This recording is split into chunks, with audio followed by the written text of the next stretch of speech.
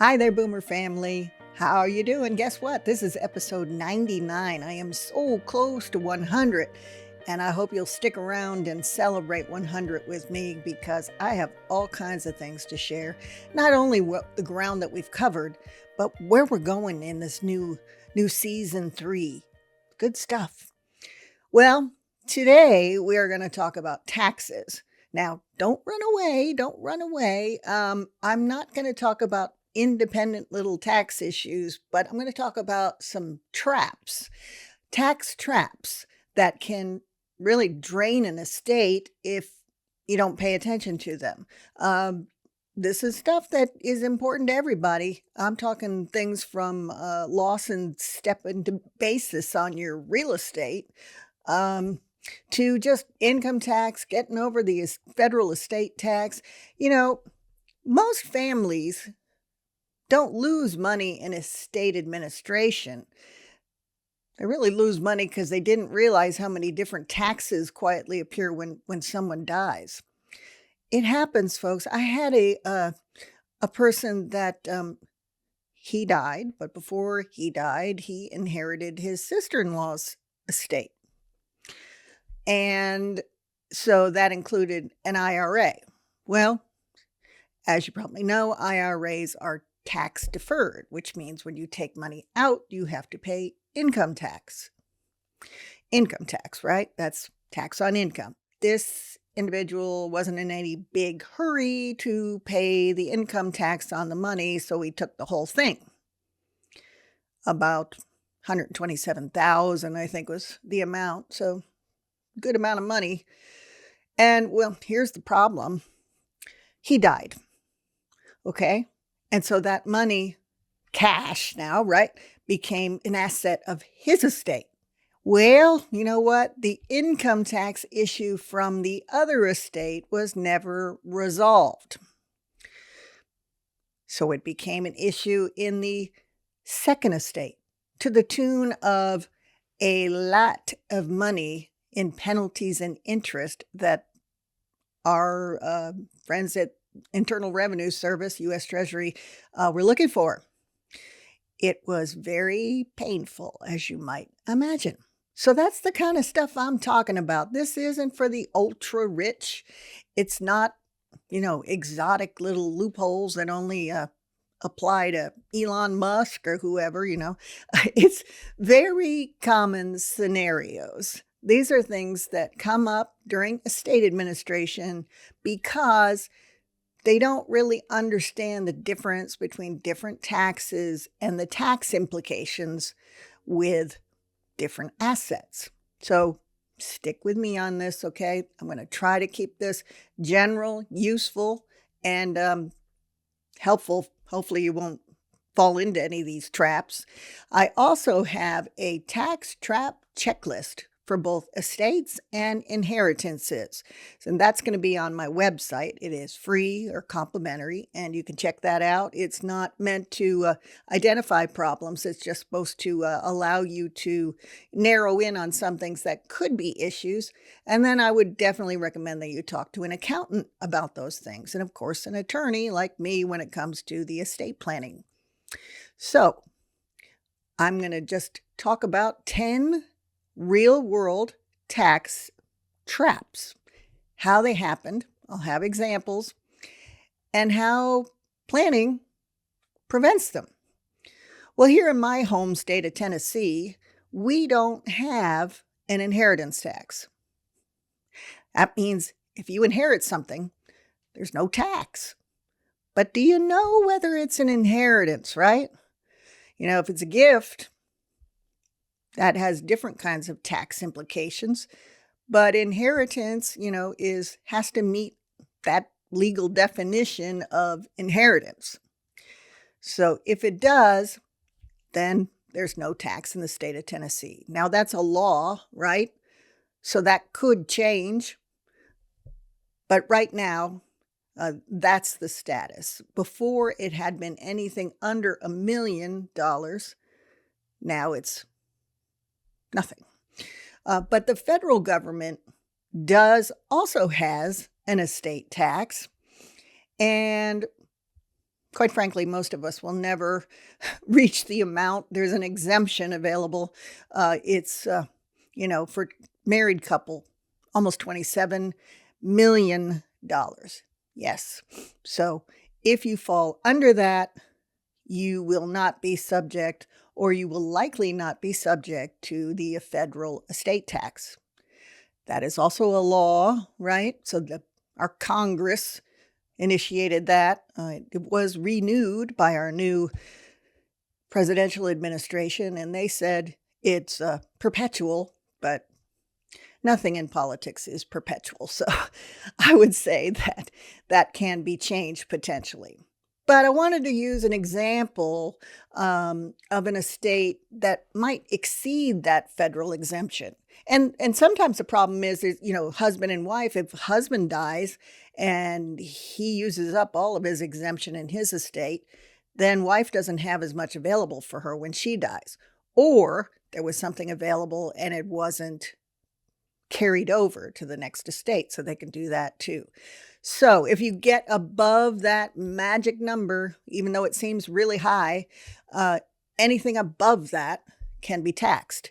And it's a heavy tax, 40%, right? So you can imagine if you live in a state that has income tax, that has inheritance tax, that has estate taxes applied, federal government, right? Boy, that's a big chunk that can come out. So that's why I'm talking about this today. So here's a real life example when it comes to federal estate tax. A widow woman, like I used before, owns her home. She's got retirement accounts. She's got an inherited IRA. She's got life insurance, and she's got some investment accounts. So altogether, maybe it's $400,000, $500,000. So that's a good amount, right? But, it's not where we would anticipate the federal estate tax was. So what happens when they didn't coordinate the exemption between spouses? Well, say husband died 5 years ago and he had a very large estate, which is going to pass to his children, and maybe wife is only getting the income. Well, the problem is wife's going to have her own exemption. And if the husband's has not been protected or carried over, they call it portability, then that's gone. So it could be, the numbers I used before really are kind of under for this example, but let's say it could be that maybe the wife, had 10 million available, and then husband had way over that, and it's going to trigger something. So if it goes above, it will definitely trigger something. I already mentioned inheritance tax, and that's a state issue. Okay. So like I said, Tennessee is no inheritance tax. That's one of the reasons so many people are moving here. And it's a nice place to live, but it's part of the reason. So a lot of people are moving away from what they call tax-weary states. Taxes, states with a lot of taxes. I use that example: income tax, property tax, estate tax, inheritance tax. Well, let's say grandma here in Tennessee decides to move with her kids down to Florida. All right.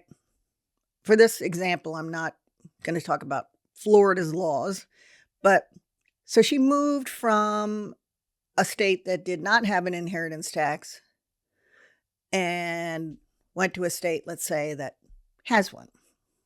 And then she gets her estate planning updated there. Well, that was a mistake because now she is going to be subject to that other state's income inheritance tax.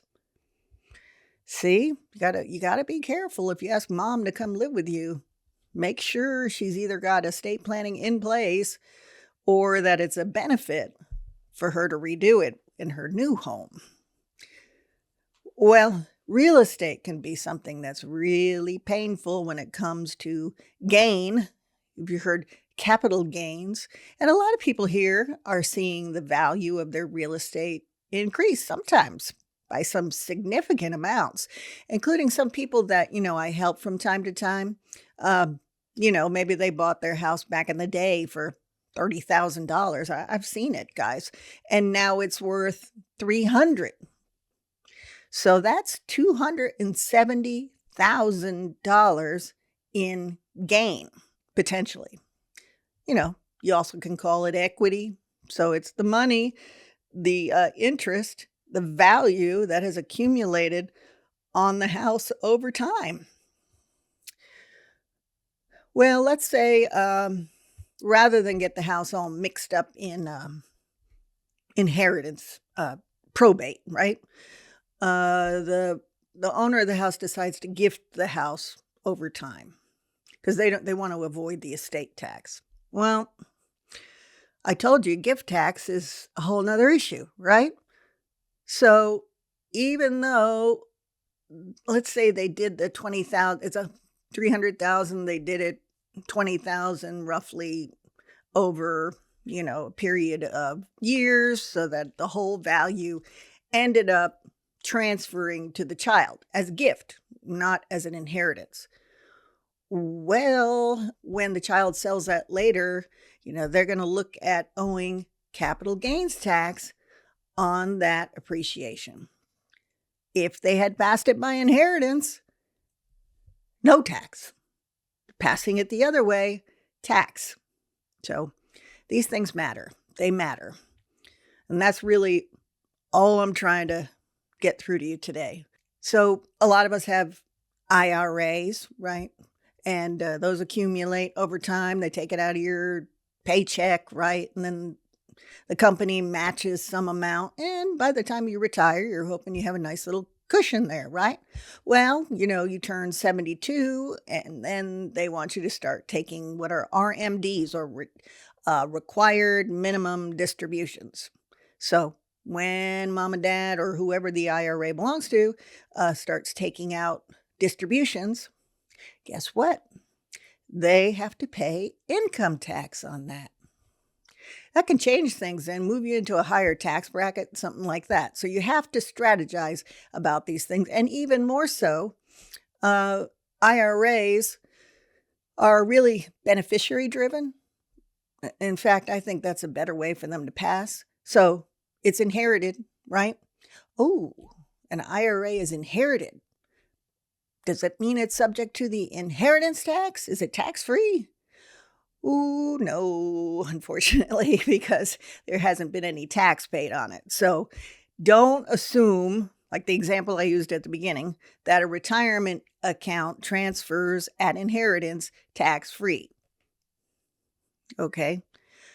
The benefit is if you get an inherited IRA, you can stretch it over time, over 10 years. So you can plan the distributions over a longer period rather than cashing the whole thing out at once. But even though you don't have an inheritance tax here, you're going to have an income tax. You still with me? Again, I think it's important to talk about, and a lot of times this is confusing too, but estates, a probate estate, or even a trust. If you create a trust, that trust is under the law a living entity. Okay, so the estate is also a living entity. What do I mean by that? Well, we all have social security numbers, right? So when someone dies, the estate and the trust are going to get their own, essentially, social security number, or EIN, tax identification number. All right? Well, you got to be careful because estates and trusts, if you're bringing tax-deferred money in there, you might pay more tax if it's liquidated in a trust than you would in another way. So it's a person, right? That's what I'm trying to tell you. The estate and the trust are legally considered entities or people, for lack of a better way of putting it. So they've got they're different and they've got their own tax bracket. Pay attention to these things, right? Well, if I got a couple more here, I've got about 4 more, but I'm just going to take a quick breaky so we can digest all that information in our minds, and I will be back in just a second.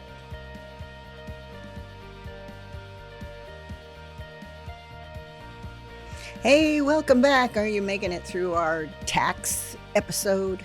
It's not so bad, huh? You've learned a couple things. I always learn things, and I've got 4 more for you that really could save you from an expensive mistake down the road. So that's important. And if you like Boomer Time, which how could you not like Boomer Time, right? Do me a favor, if you haven't done it already, would you please like and subscribe to the podcast? That really helps me. I'm trying to help you, and that helps me to get the word out and increase awareness of the podcast. So please do that. I've got some other resources for you. You know how I am about resources. I love them.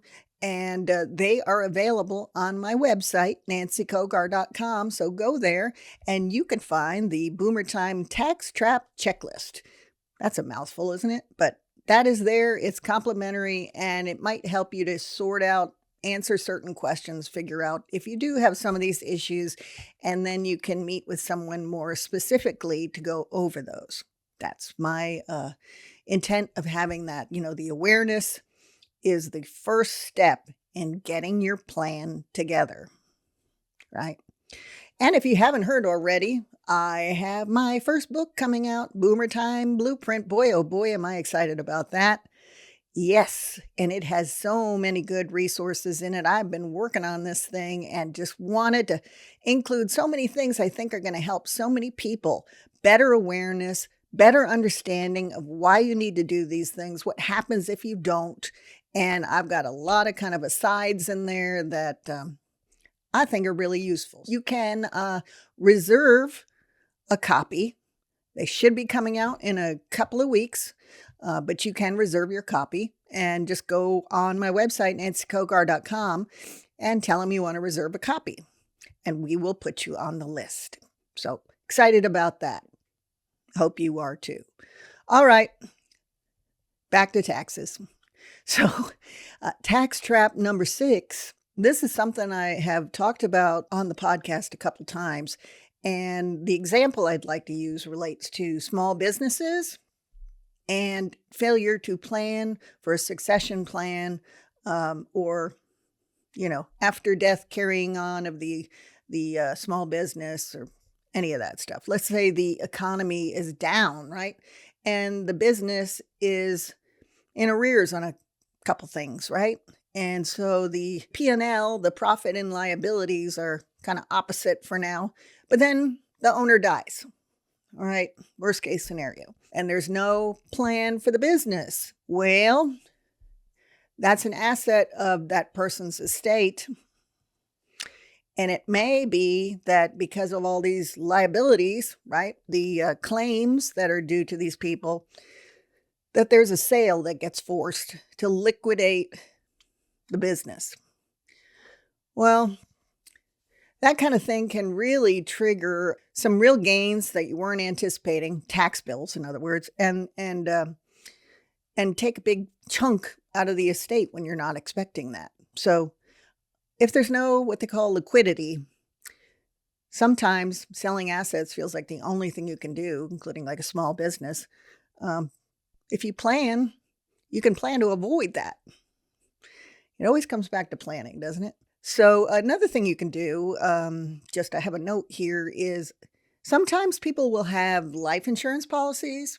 So that's cash, or it can constitute, in other words, a liquid reserve. You know, when you die, there's $100,000 there that you designate to cover some of the expenses of the estate. Well, if there was $100,000 in liabilities that were owed on the business, that might help avoid a forced sale, right? So tax trap number 7, unintended gift tax issues. Remember, I talked about this before. Gifting is not the same as inheriting. Sometimes they're used in the same sentence, and sometimes they're used as estate planning strategies. If you've got a lot of money, you can gift money up to, I think it's $15 million total. If you want to reduce the value of your estate eventually, right? But either way, a gift is not an inheritance. So let's say a parent helps child buy a house, right? Houses are expensive here in Chattanooga. Let's say they couldn't get financing on their own because they've gotten so pricey. So parent gives child $300,000. Ooh, it's a gift, right? It falls under the 15 million. Yeah, but technically that should be reported as a gift, and it isn't. So then it complicates estate administration later on, and the estate is taxed, has a tax liability. So it's not an inheritance. Just keep that in mind. Gift is not an inheritance. But gifting strategies, when done appropriately, can be helpful. So tax trap number 8, I'm getting there, folks. Lost charitable tax benefits. I'm not sure how much this one really matters anymore, because all that has changed to a great degree. But let's say you've got an intent to benefit a charity, and then you've left some other accounts to your children, and maybe you should have done it the other way around, so it would save you some income tax, because those retirement accounts can go to charities. You can put any beneficiary on them, really. Now, this is not something that you would think automatically, but that's why you need to meet with somebody who knows these little loopholes. I call them minefields, because if you don't know and you're writing up your own will, you got to know it's going to have all kinds of holes in it. I wouldn't want to live like that, So, how about this one? I see this one all the time, so I'm going to get excited about it. Tax trap number 9, outdated beneficiary designations. Yes. So you may think you have all your beneficiary designations done the way you wanted them to. You called and talked to the financial advisor 3 years ago and told them you wanted to update those. And as far as you know, they're updated. Well, guess what? They're not updated. And do you know that? Did you check? No. And guess what?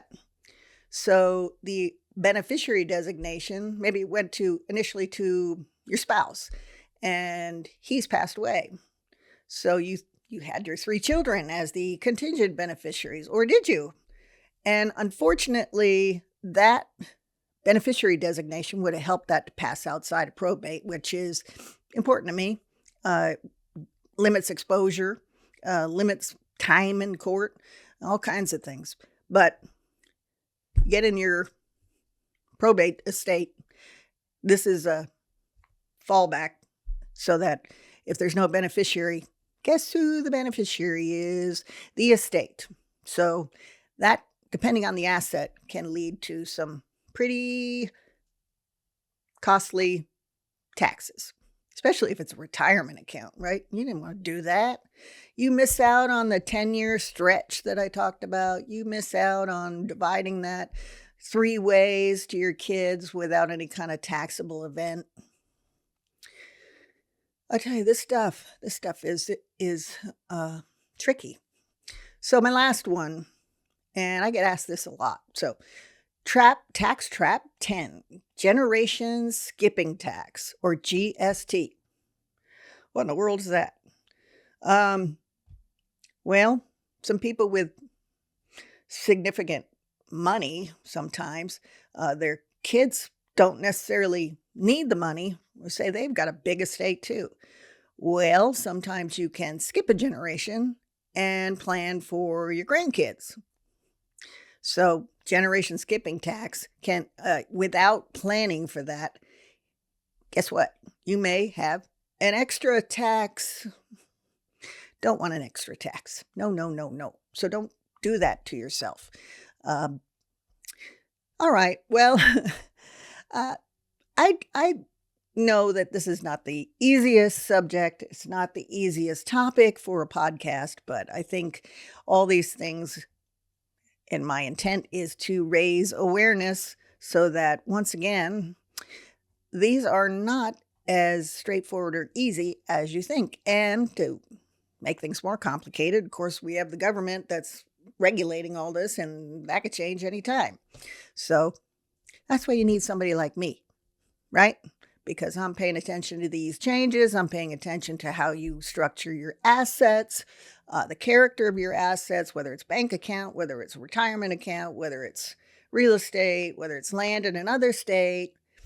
All those things are treated differently. So you need to talk to somebody who knows and get a plan that makes sense and makes sense for you. So don't forget about my tax trap checklist. It's there and it's complimentary. And hey, maybe you experienced some tax trap that painful. Share it with me. I'd love to hear some more examples of, things that went astray, right? And you can help somebody else by sharing it. So you can reach out to me at nancycogar.com, and I'd love to hear from you. Hey, tell me how you think the podcast is going. Maybe there's a topic I haven't covered. Maybe I will. So I'll see you next time. And remember, next time we are celebrating 100th episode. Woohoo! That's a big deal. So I'll see you there.